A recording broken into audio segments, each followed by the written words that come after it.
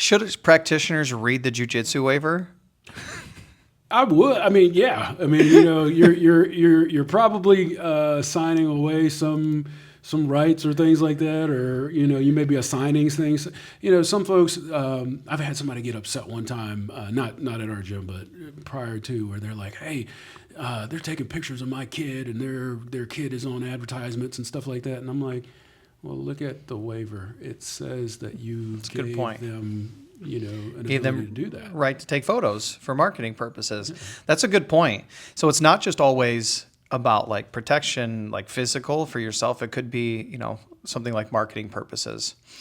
What about academy owners now? What are some things or mistakes that you've seen them make, or things they can look out for just to make sure that they're safe?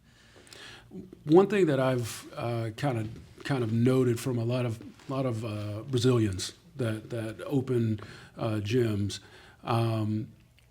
they may not know all the pitfalls of what legal claims that people in America bring, right? And so, you know, it's not as litigious in Brazil as it is here, and the varied amounts of type of claims that folks will do here, right?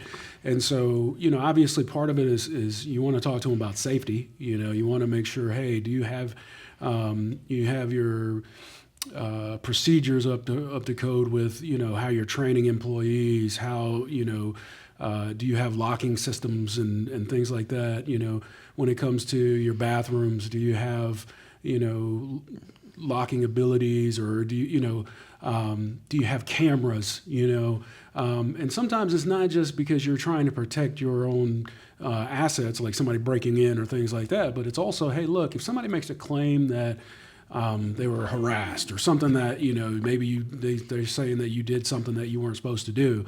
Well, if you have adequate cameras where they're supposed to be, right? Then, you know, you're protecting yourself by able to show, hey, this wasn't what you're trying to say didn't happen or whatever.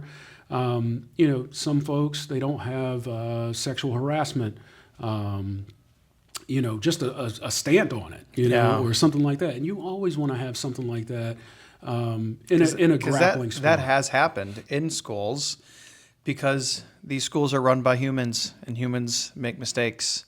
Hopefully we find the ones that are good. But, I mean, and it's not just, it could be for your protection or your family, or even if you're the school owner, somebody could accuse you of something.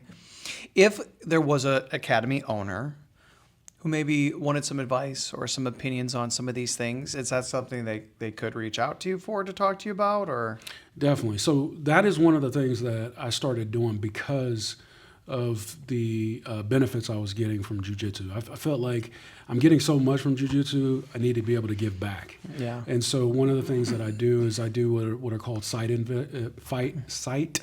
inspections, where I'll go out to the gym, I'll kind of look at what they have set, and then, you know, we'll kind of talk about, hey, look, you know, this room here, you know, not only could you use this room for storage, but if you outfit it, this could also be a safe room. Say there's a, you know, mass shooter or something like that where you want to protect your members. Here's an area. Or, you know, you need to have these points of access of your gym with cameras or whatever. You know, we'll go through your employee handbook. You know, what do you have in here? Let's look at your waiver. Does it really protect you from certain claims or not? You know, what is it? What is your lease? You know, mean? You know, like some people don't know that when you lease a property, a lot of these leases have clauses in here where you're basically defending the landlord too, and so you have to know what are you signing up for when you're, you know, having your business here, those kinds of things.